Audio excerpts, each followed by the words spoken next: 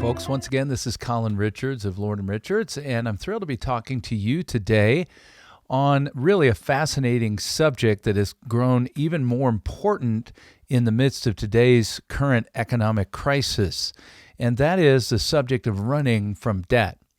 And as you know, we devote about every third segment of the Lord & Richards show to a biblical principle that we can unearth typically from the Old Testament, but there are also many wonderful financial principles in the New.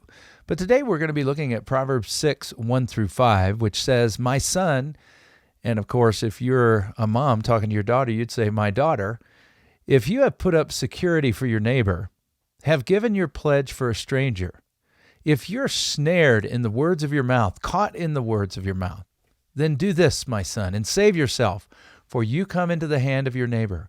Go, hasten, and plead urgently with your neighbor. Give your eyes no sleep and your eyelids no slumber. Save yourself like a gazelle from the hand of the hunter, like a bird from the hand of the fowler."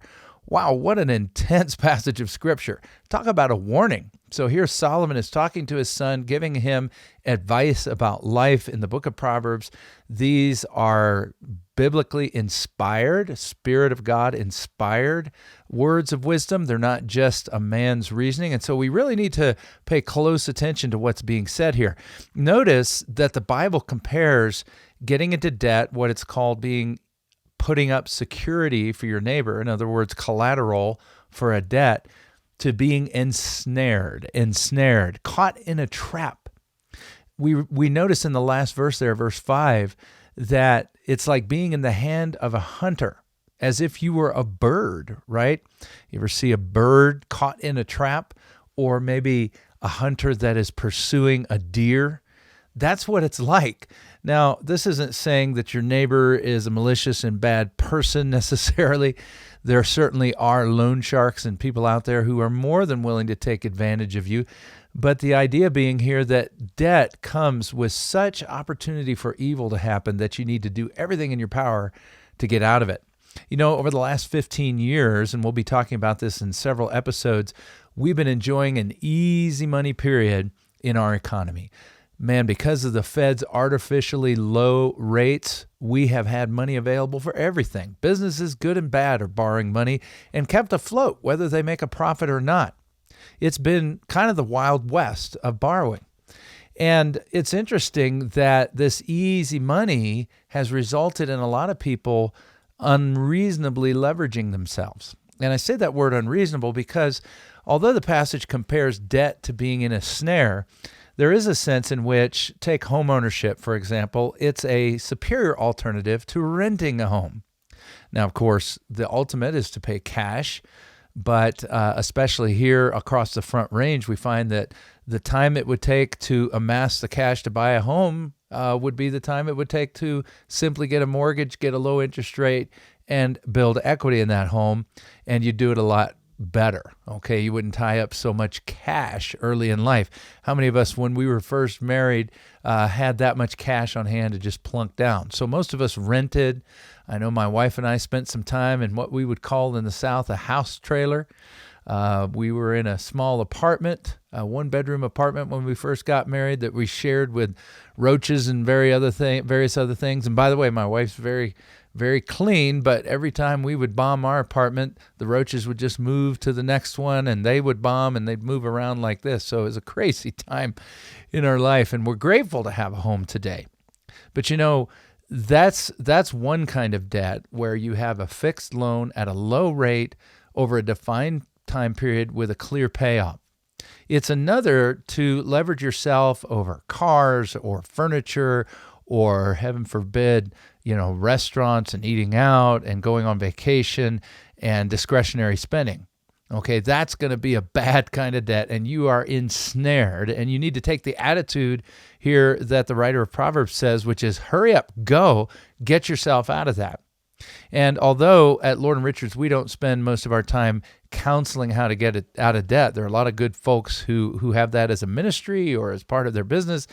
What we do recommend is, hey, get all that unreasonable debt cleared out before you start trying to invest in the market or do things that are more of a long-term nature. Get those short-term problems taken care of. Go to your neighbor and unsnare yourself, save yourself, so that even if it means pleading urgently, sometimes folks in serious debt need to get a credit counselor and they need to negotiate and things like that.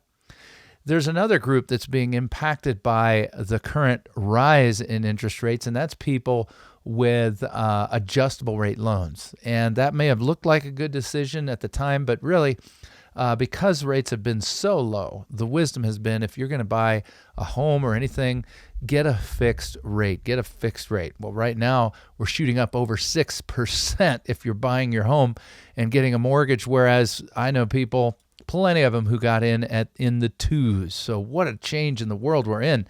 And as I'll talk about later, the party is truly over for quick, easy money. So get out of debt, pay it off, renegotiate terms to a better rate, whatever you have to do. Get out of credit card debt, consumer credit, high interest loans, loans on depreciating asset. Get rid of all that stuff. Now, I've said it many times. We feel at Lord & Richards that it's fine to have a mortgage on your home. It's a fixed rate. It's a defined period. And you have a reasonable payment and a low rate at that. Okay, right now is probably not a great time to go out and refinance your home, nor is it probably a great time to get the best rate on a home. We don't know how long we're going to have these new high rates, but we're in a new world, folks.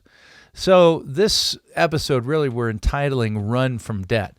But what's the point ultimately? Well, the point at Lord & Richards is always we want to be good stewards of what God's entrusted to us, and we want you to be financially independent. And being saddled with a bunch of debt is the opposite of being financially independent. We know that we're talking to people every day, just like you, who are worried about what's going on in the world, right? You're worried about the markets. You're worried about inflation. You're worried about interest rates, whatever it is. And these things are all out of your control, right? And this is where we really have to lean on God. But many people we're talking to are worried these things are going to damage your retirement. So they come to us and they say, what can we do, Colin? Well, it's simple. We build a plan, okay? Failing to plan is planning to fail. We say it here all the time. It's not original, but it's powerful. So we build a plan for you so that you can achieve financial independence and enjoy your retirement when you get there without worry. And if you're already there, we want to help you stay retired. And we do this, of course, from a biblical point of view. We want you to be financially independent so you can do amazing things for God with the resources He's put at your disposal. And the opposite of being able to do that is feeling tight or constrained or bound. Debt will do that, and also not knowing if you're fully prepared for retirement will do that. So I'd really encourage you to have a conversation with us.